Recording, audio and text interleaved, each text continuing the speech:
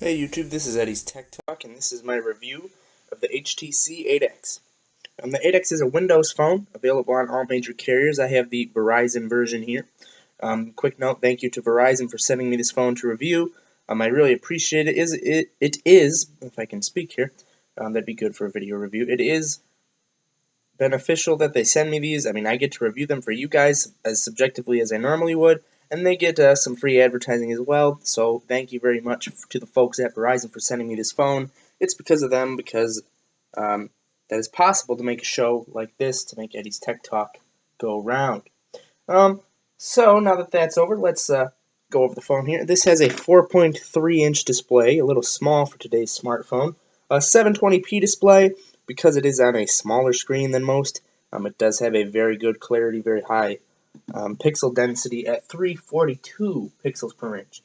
It has scratch-resistant glass, though I did get the review unit with a couple of scratches on it already, so I can't speak to the validity of that.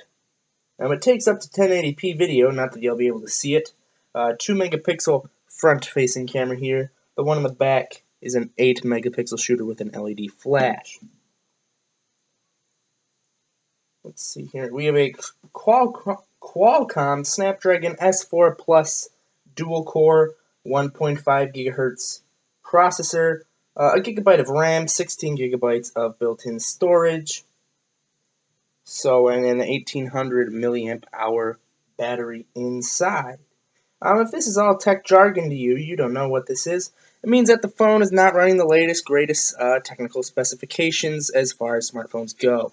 But it is available from Verizon for the low price of $50. I believe it's available from the rest at the same time, or at the same price. My apologies there.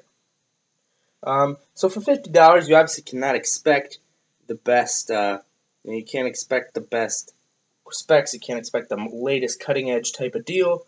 And I'll get into that here in a second after I look up and confirm the price.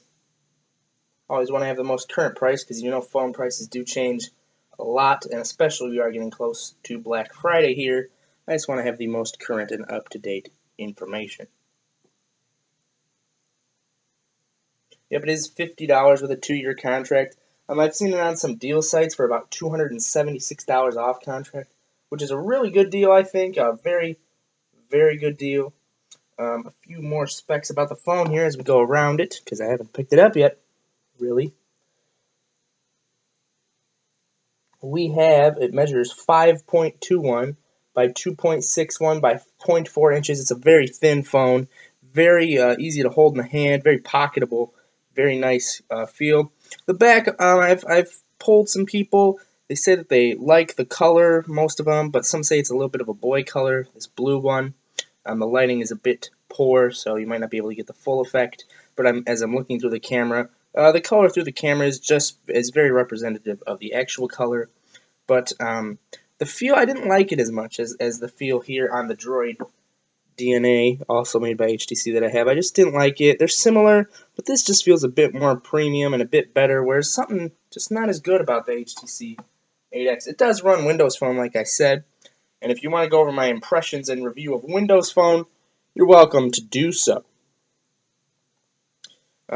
So here you can see in the Windows Phone 8 review, of course, you can still see that I fly through all these screens. I mean, it's not running good latest gen hardware, but it is still getting through all the screens quite nicely. See if I can get this lighting a bit better.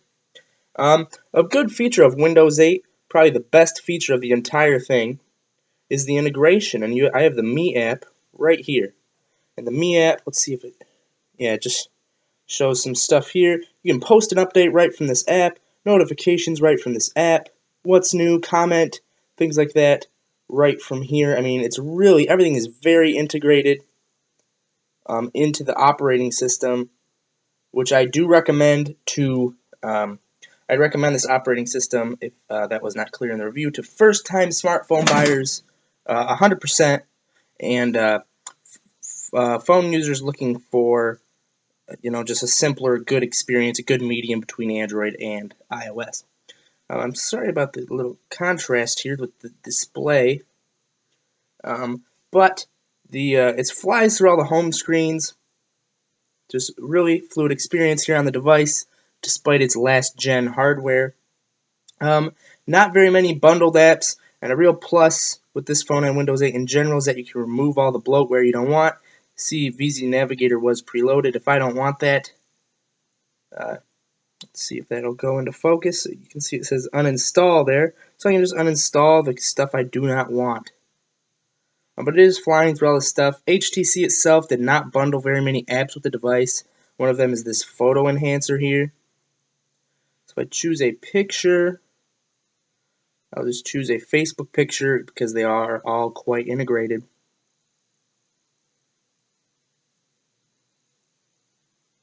And here's a picture of me and my girlfriend there. You can have a lot of effects, auto enhance, very Instagram type filter effects, which is a nice feature that they bundled, but nothing, make or break on the phone. Nothing else really bundled. This local Scout app I really liked. I don't know if this is a Windows Phone app or a HTC app. I think it's Windows Phone, but I haven't had enough experience. It tells me a bunch of stuff nearby, things to see and do, etc., etc.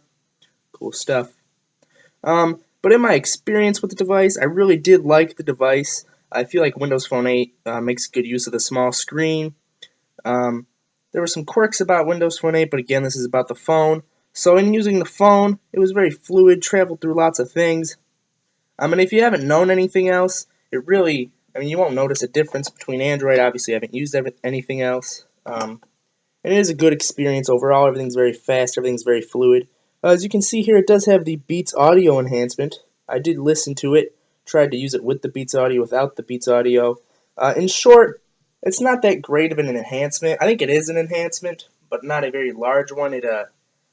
It kind of just makes the sound louder. There is a little bit, I feel, of audio enrichment, but not too much. But the phone, I really enjoyed using this phone. But there's some things that hold it back. I don't like the small screen size. Camera photos is really weird. It's an 8 megapixel camera, so you would think that it's a good, pretty good camera, pretty good experience. Some of my photos looked really good. I took a picture of a hat in my school store that I'm the manager of, and it looked really good. And with the flash on, the colors turned out really great. But let's find something else here. And like this picture, real nice clarity. Everything's very clear. So that turned out very nice. But then I took a picture of my dog here. He was moving. And this was with the flash off, and this is how bright it was. And this was with the flash on. The picture actually looked darker and lower quality. So the camera was really strange. And I didn't really like that about the phone. I did not like that at all. But in further news with this phone, it's quite a good experience. $50 on Verizon. You can get it in 3 colors. Speaker quality. It was loud. Wasn't that great, but it was loud. Pretty nice quality. The power button. Now I want to talk about the power button. This was terrible. This power button is just a nightmare to use when you're trying to find it. You can't tap it. It was ridiculous. I just hated it. So design flaw there, but the phone is very thin. The build quality is good. It's not fantastic, but it is good. The operating system on it is very manageable, very good. Everything about this phone is just pretty much okay to good. Nothing about this phone particularly stands out. And even in comparison to its other Windows Phone competitors, it just does not stand out as much, like the Nokia Lumia 928 on Verizon. I have not had extensive experience with that, but I would consider that a superior phone. The Nokia Lumia 1020 with its 41 megapixel camera, I know you are comparing different price ranges here a little bit, but it does pale in comparison to those Windows Phone competitors.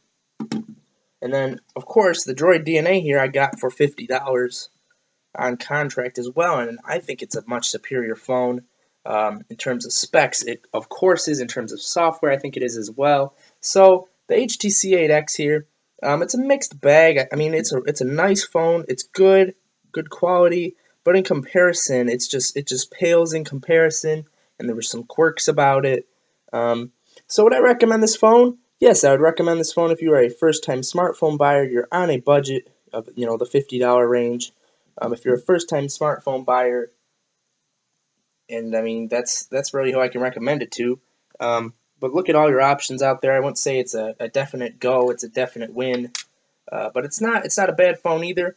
So I guess you can see the overall score in my web article, out of 10.